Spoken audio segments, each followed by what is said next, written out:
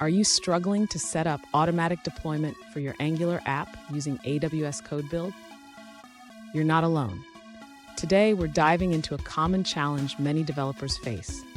I totally get it. It can be frustrating when everything seems to work, but your app is stuck in a subdirectory of a larger repository. You're definitely not the only one facing this issue.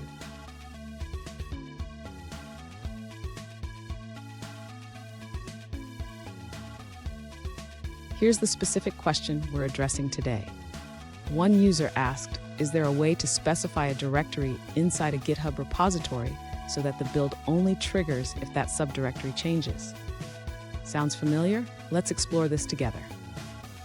To understand the issue, we need to recognize how AWS CodeBuild works. By default, it triggers builds for the entire repository.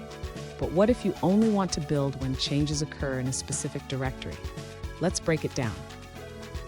And stick around. I have a great tip at the end that will make your deployment process smoother and more efficient. To specify a directory inside a GitHub repository for AWS CodeBuild, the user should first navigate to the CodeBuild project settings in the AWS Management Console. Next, the user needs to configure the source settings. Here, they can specify the location of the subdirectory within the repository. After that, the user should set up the build spec file. This file defines the build commands and can be placed in the subdirectory to ensure only relevant changes trigger a build. Finally, the user should test the setup by making a change in the subdirectory and pushing it to GitHub. This should trigger the build process in CodeBuild. Fun fact: did you know that the first version of AWS was launched in 2006? It has come a long way since then, making deployment easier for developers everywhere. Now let's look at the answers provided by other users.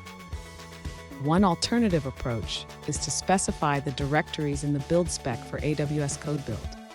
While you can't pull just a specific folder from the repository, you can define which directories to use for the build artifacts. For GitHub integration, you can set the optional source version to a specific commit ID, pull request ID, branch name, or tag name. This allows you to control which version of the code is built. In the build spec, you can define the artifact locations.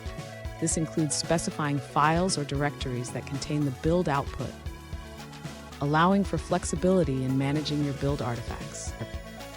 Here's that tip I promised. Regularly review your build triggers and configurations. This simple habit can save you a lot of headaches down the line.